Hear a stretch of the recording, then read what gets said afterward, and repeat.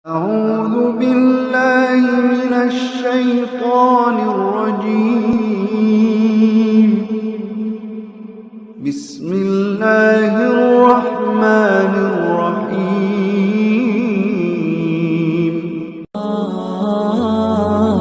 Hadis riwayat Al-Bukhari. Masuk ke hadis. Nomor hadis 589. Ditemukan juga di nomor hadis 969. Tadi siapa anak kecil yang bertanya tentang ayat tadi? Abdullah bin Abbas. Hadis ini pun disampaikan oleh orang yang sama. Ibnu Abbas, Abdullah bin Abbas. Ya, kita bacakan. An Ibni Abbas radhiyallahu taala anhuma. Hadis ini disampaikan dari Abdullah bin Abbas. Ya, semoga Allah meridhai pada beliau dan orang tuanya. Qala Rasulullah sallallahu alaihi wasallam. Tadi kan Rasulullah sallallahu alaihi wasallam pernah bersabda, "Ma minal ayyami," tidak akan pernah ditemukan hari-hari, al-amalu salihu fiha, saat amal saleh bila dikerjakan di hari-hari itu naik statusnya, dicintai oleh Allah Subhanahu wa taala. Jadi kalau ibu mengerjakan amal soleh di hari-hari ini, status amalan itu naik menjadi dicintai oleh Allah Subhanahu wa taala. Dicintai Allah. Min hadhil ayyamil ashri, yaitu 10 hari pertama di bulan Dzulhijjah. 10 hari pertama, tanggal 1 sampai tanggal 10. Baik, sekarang waktunya ketemu ya. Jadi yang dimaksudkan dalam ayat tadi, ditafsir di hadis ini, bersamaan dengan orang haji dimulai di bulan Dzulhijjah, awal Dzulhijjahnya, kita pun diberikan, kata Nabi sallallahu alaihi wasallam, keutamaan di hari yang sama. Tanggal 1 sampai tanggal 10. Mereka saudara-saudari kita sedang berhaji, kita diberikan di sini kesempatan untuk melakukan amal soleh yang kalau dikerjakan agak cepat sedikit, amal soleh kita naik statusnya menjadi dicintai oleh Allah Subhanahu wa taala. Sekarang perhatikan, apa bedanya amal yang dicintai dengan yang belum dicintai? Itu lain. Ya. Ibu kemarin baca Quran misal, Bapak baca, benar bacanya belum tentu dicintai Allah. Tapi kalau dilakukan di hari-hari ini, Anda benar cara menunaikannya, dicintai oleh Allah, maka perhatikan apa keistimewaannya. Pelan-pelan, Quran surah ketiga, Ali Imran, ayat 31. Posisi sebelah kiri paling atas. Kita lihat kaidah cinta dalam Al-Quran.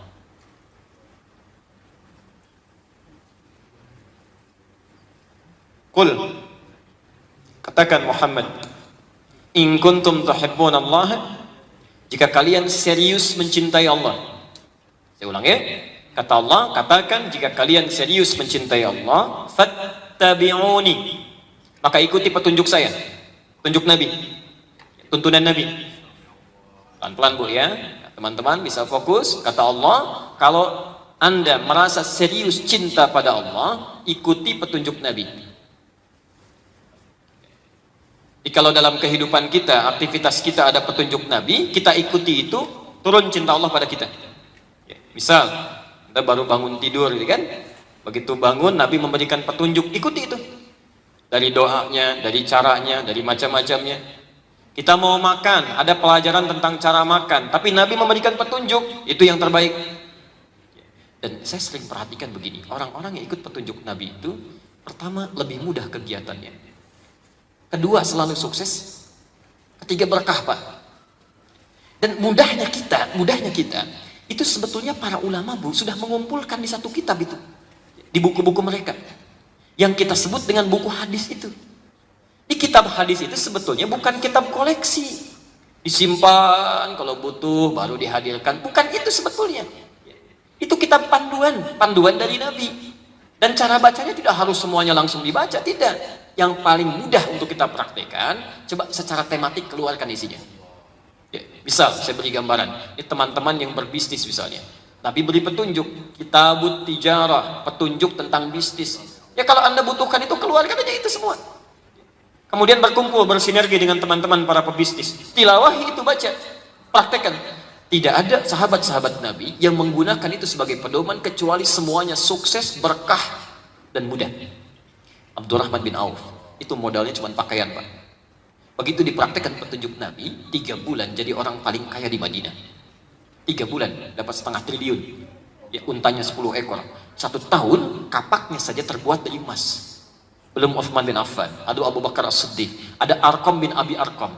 Ini anak 17 tahun usianya, masuk Islam yang ke-17. Ya, yang ke-17 orang pertama kali sampai mewakafkan rumahnya itu untuk dijadikan taklim Nabi. Itu orang sukses, mengikuti petunjuk Nabi. Mohon izin ya, mohon izin misalnya. Ada petunjuk Nabi untuk di keluarga. Ibu, bapak sudah berapa tahun jadi ayah ibu? Kenapa nggak sempat mengeluarkan? Misal petunjuk Nabi menjadi ibu yang baik. Keluarkan hadisnya, keluarkan ayatnya. Bapak demikian, tilawahi di keluarga. Oh ini ibu mesti begini, tugas istri begini, suami mesti begini. Begitu Anda praktekkan, demi Allah saya katakan, tidak ada segala hal yang terjadi di rumah tangga kecuali nikmat semuanya. Orang umumnya melihat Nabi dengan gambaran yang tegang saja, tidak. Pernahkah ibu tahu kalau Nabi pernah bercanda dengan tepung dengan Aisyah? Kadang-kadang balap lari, ya olahraga sama-sama, nonton sama-sama, itu ada petunjuk itu, Bu. Tidak ada yang lebih indah dibandingkan dengan itu. Nah, kalau Anda sudah bisa praktekkan, anak mau sekolah, lihat petunjuk Nabi, kan? Ibu bapak demikian, dikeluarkan itu, maka cinta Allah diturunkan pada satu keluarga. Kalau itu sudah terjadi, ini poin kita. Perhatikan, ini gambarannya. Kalau seseorang sudah dicintai oleh Allah Subhanahu wa taala, yuhibbukumullah, dicintai oleh Allah, maka yang pertama diberikan oleh Allah pada orang itu, maaf, bukan dunia. Awas, bukan dunia. Wa yaghfir lakum dzunubakum, diampuni semua dosa-dosa. Semua dosanya. Insyaallah. Bukan dosa. Ada di antara kita yang tidak punya dosa, boleh angkat tangan. Yang sedikit barangkali ibu ada. Wah, saking banyaknya nggak bisa ngacung kan, karena banyak gitu. Dosa hari ini aja belum tentu terampuni, ini semua dosa. So kalau mau sedikit agak iseng-iseng gitu ya, iseng-iseng ngitung dosa daripada iseng-iseng berhadiah nggak jelas kan.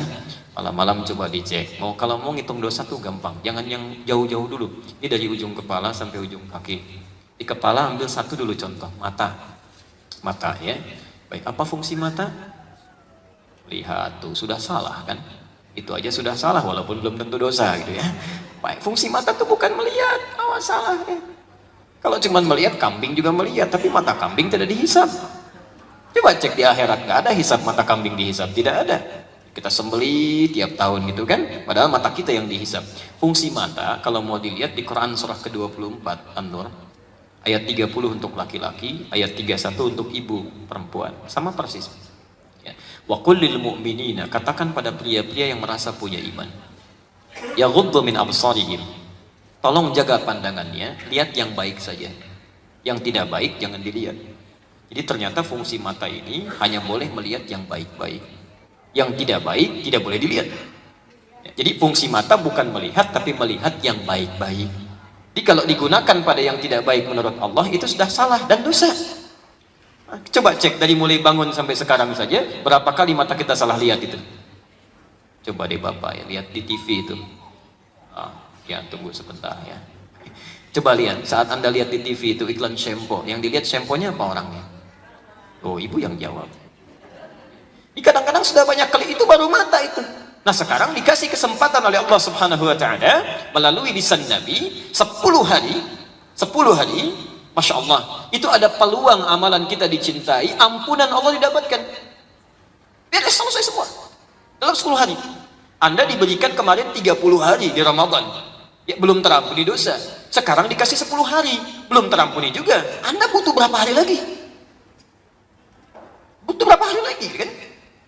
Nah, yang paling menarik sekarang perhatikan, apa amalan atau esensi yang sangat diinginkan oleh orang haji? Apa itu? Bapak Ibu yang mau ke haji atau yang sedang haji menginginkan apa dengan hajinya? Surga, baik ya, haji mabrur. Baik. Al-hajjul mabruru laisa lahul jazaa illal jannah. Tidak ada pahala yang sebanding dengan haji mabrur kecuali apa? Surga. Berarti intinya orang haji ingin bebas dari keburukannya, ingin masuk surga kan? Ingin mendapatkan surga. Baik, sekarang kita lihat kaidah masuk surga itu apa? Quran surah ketiga ayat 133. Posisi paling kanan sebelah atas. Baik, hati-hati ya, hati-hati. Kita lihat sekarang kaidah surga. Nanti kita ketemu tuh persamaannya. Bismillah. Wasari'u ila magfiratin min rabbikum wa jannatin arduha as-samawati wal ardu u'iddat lil muttaqin. Wasari'u ila maghfirah, dan bergegaslah Anda untuk memohon ampunan. Tobat, minta ampun. Dan bergegaslah Anda untuk memohon ampunan min rabbikum, dari Tuhanmu.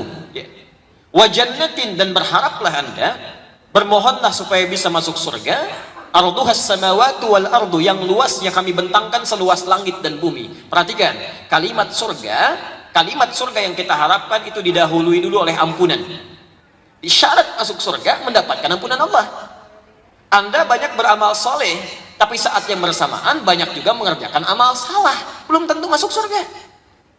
Silahkan cek ya, belum tentu. Fa amma man thaqulat mawazinu fahuwa fi 'ishatir radiyah. Kalau ada orang berat timbangan amal solehnya, silahkan dia masuk ke dalam surga. Tapi persoalannya, awas, wa amma man khaffat mawazinu. Kalau ringan amal solehnya, berat amal salahnya, fa ummuhu hawiyah. Maka tempat pulangnya di neraka, hawiyah. Jadi hati-hati. Amal soleh saja belum tentu cukup. Kalau memang amal salahnya pun bisa berimbang atau lebih. Karena itu kita butuh ampunan dari Allah Subhanahu wa taala. Nah, karena itulah orang-orang yang berhaji tepat di tanggal 9-nya itu, mereka kan wukuf ya. Di mana wukufnya? Arafah. Dari kata Arafah, mengenal kekurangan dirinya. Melihat kenapa saya jauh dari Allah. Ya. Karena itulah orang-orang yang wukuf itu tidak ada pekerjaan cuma 3. Aktivitas wukuf itu cuma 3, Bu, Pak. Kalau Anda mengerjakan yang keempat itu kelebihan. Kurang dari 3, kurang. Sekarang perhatikan. Pertama, wukuf itu, ya, kegiatan pertama taubat, istighfar, mohon ampunan dari dosa. Yang kedua, memperbanyak doa. Makanya seringkali ada yang nitip doa, ya, minta didoakan. Itu boleh, sah. Tempat yang paling banyak diijabah. Yang ketiga, banyak berzikir. Ya, berzikir, kalimat thayyibah, baca Quran, macam-macam dan sebagainya, ibadah. Ini cuma 3 itu. Mohon izin ya, kadang-kadang suka tertukar ini, terutama pada keluarganya, tolong dikabari. Kadang ada yang berdoa duluan, belum sempat istighfar awalnya, itu kurang tepat. Kaidah doa itu istighfar dulu, Bu, Pak. Saya beri gambaran gini. Ini ada gelas ya, ditutup di atasnya, di dalamnya ada isinya.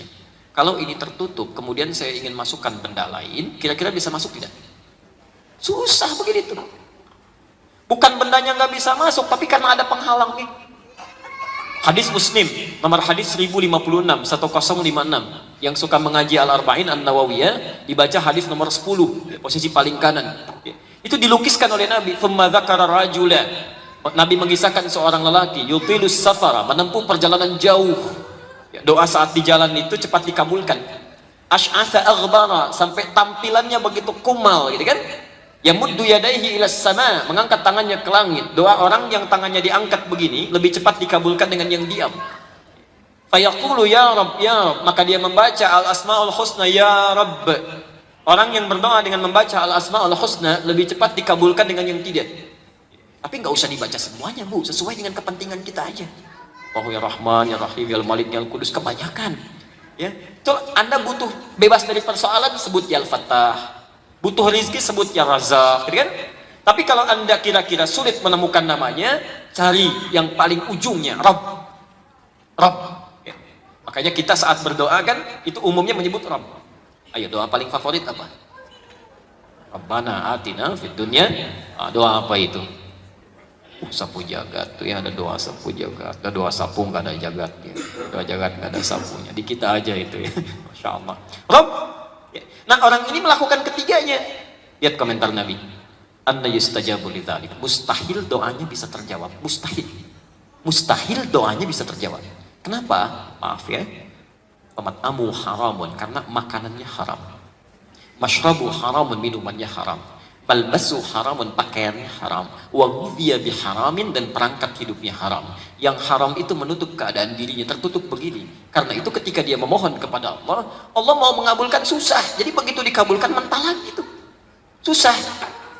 Makanya caranya, ini sekatnya harus dibuka dulu, tobat. Tobat kepada Allah, keluarkan yang haram-haramnya, tangisi dosa-dosanya. Ya. Makanya diingat apa yang menyebabkan saya kepleset nih. Dalam bahasa Arab terpeleset itu zalafa. Kalau sering kepeleset izdalafa. Penyebabnya disebut Muzdalifah. Betul, makanya diingat-ingat pergi ke Muzdalifah. Ya, cari batu itu, ingin melontar. Ya. Lontaran pertama bukan orang lain, nafsu kita. Jadi kalau kita berbuat salah dalam keburukan hidup kita, itu yang salah bukan orang lain, sebetulnya awalnya kita sendiri. Quran surah ke-12 ayat 53, posisi paling kiri sebelah atas. Ya. Wa ma ubarri'u nafsi. Saya tidak bisa menyucikan jiwa saya. Innan nafsa la ammaratan bisu. Nafsu itu bisa mengarahkan pada keburukan. Ya. Maaf, pengaruh paling besar dalam hidup disebut dengan aqabah. Karena itulah yang dia lempar pertama kali aqabah. Itu bukan temboknya itu sifat-sifat buruknya. Nah, saya kembalikan dulu supaya tidak terlalu melebar ya, pelan-pelan. Jadi poinnya, kalau Anda ingin melakukan kebaikan-kebaikan, pertama buka dulu sekatnya. Istighfar, tobat, keluarkan ini. Nah, kalau sudah dikeluarkan oleh orang-orang yang haji, yang kotor keluar, maka dia mulai berdoa. Bukankah kalau sudah bertobat dosanya diampuni? Ya, di Arafah, Masya Allah, ini kita bermohon di Masjid Al-Latif. Kalau bermohon belum dikabulkan, wajar. Ada orang sampai ke Arafah nggak dikabulkan juga. Anda mesti dibawa kemana lagi supaya dikabulkan? Makanya awas, hati-hati tuh dalam manasik itu mesti benar. Sayang, dapat undangan sampai ke sana belum dikabulkan. Jadi harus dibawa kemana lagi? Ada orang di Padang berdoa belum terkabulkan. Ada orang di Arafah berdoa belum terkabulkan. Ya Allah, apa harus dibawa ke Padang Arafah supaya semua cepat terkabulkan? Jadi ini kan poin-poin yang harusnya kita evaluasi di sini.